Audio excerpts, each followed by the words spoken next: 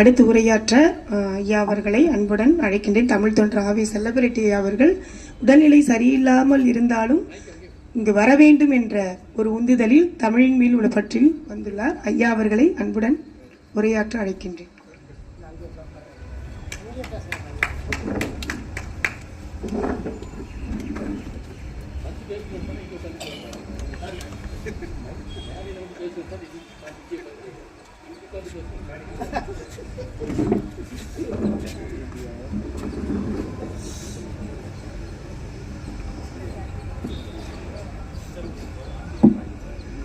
இலக்கிய அமைப்பின் தலைவர் பேராசிரியர் கலங்கரை விளக்கமாக விளங்கி ஞானத்தை நடாத்தி செல்லக்கூடிய பண்பு மட்டுமல்ல, தன்னைத்தானே மெழுகுவர்த்தி போல் அர்ப்பணித்துக் கொண்டிருக்கிறார். அவருடைய பணி பாராட்டுவதற்கு வார்த்தைகளே இல்லை என்று நான் கூறுவதில் மிகையல்ல.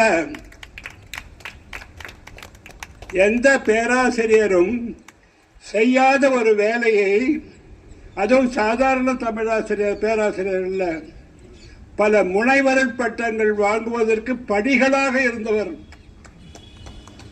அவர்கள் செய்கிற ஒரு நிலையில் எளிமை இருக்கிறது, துணிவு இருக்குது, நேரிய பார்வையும் உள்ளது.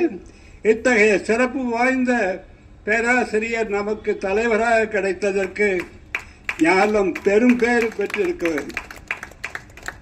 மேலும் கவிதை தொகுப்பு வழங்குவது பெரிதல்ல, அதை அச்சுக்கு கொடுத்து படிப்பார்த்து செய்வதுதான் மிகப்பெரிய கடமை. என்னுடைய எழுத்துகள் எனக்கே புரியாது, அதையே எழுத்தை மாற்றி எழுதி தலையெழுத்தாக கொண்டு வருகிறார். ஒரு செடி நேராக வளர்றதுக்கு சூரிய வெளிச்சம் தேவை. சூரிய வெளிச்சம் இல்லாமல் செடியானது சூரிய வெளிச்சத்தை நோக்கி வளைந்து செல்லக்கூடிய தன்மை உடையது என்று அறிவியல் ஆசிரியர்கள் புரிந்து கொள்வார்கள். இத்தகைய நிலையில ஞானம் 9வது ஆண்டு அடி எடுத்து வைக்கிறது என்பதை பெருமையுடன் சொல்லிக் கொடுத்தது. மேலும் ராணி பிரகாஷ் அவர்கள் புது கல்லூரியில் வேலை செய்கிற மாதிரி ஒரு தோற்றம் உண்டாயிருக்குது. வேளாங்கண்ணி தானே மாறிட்டீங்களா? மாற்றத்துக்கு நன்றி, ஏற்றம் உங்களுக்கு நன்மை தரும் என்று கூறி வாழ்த்து கூறி என்னையும் மதித்து பேச அழைத்தமைக்கு நான் மிகவும் கடமைப்பட்டுள்ளேன் என்று தெரிவித்துக் கொள்கிறேன். அடுத்தது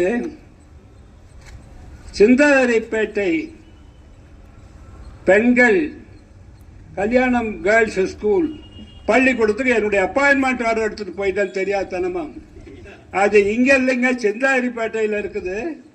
இது பெண்கள் பள்ளின்னு சொல்லி என்ன ஆற்றுப்படையை செய்தார்கள். அந்த பள்ளியில் 1967 ஜூன் மாதம் நன்றாக நினைவிருக்கிறது.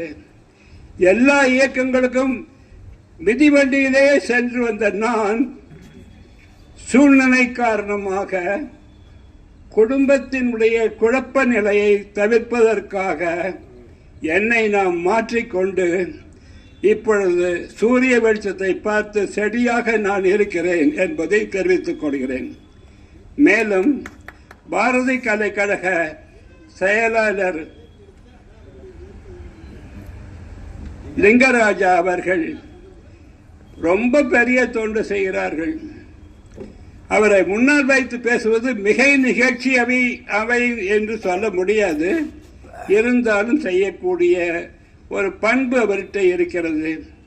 அதற்கடுத்து நடுவராக இன்று தோன்றி இருக்கக்கூடிய மஞ்சள் செருப்பு, மஞ்சள் சொக்கா, கருப்பு பேண்ட் போட்டு சினிமா நடிகர் மாதிரி வந்திருக்கிறார். அவர்களுக்கும் என்னுடைய பாராட்டுகள். அவருடைய கவிதையை படித்து கவிதை எப்படி இருக்க வேண்டும் என்று 4 முறை சொல்கிறார்கள். அந்த தன்மையானது ஒரு வங்கியில் துணை மேலாளராக இருந்து ஓய்வு பெற்றவருக்கு இருக்கிறது என்றால் அது தமிழ் தாய் செய்த புண்ணியம். தவறி போய் பேங்க்குக்கு போறாருன்னு சொல்ல முடியாது. பேங்க்ல இருந்ததுனால பேங்க் பெருமைப்பட்டது, அவரையும் பெருமைப்படுத்த விரும்புகிறேன். மற்றும் திருக்குறள் பத்மநாபன் அவர்கள் மயிலாப்பூரிலிருந்து வருகிறார்கள்.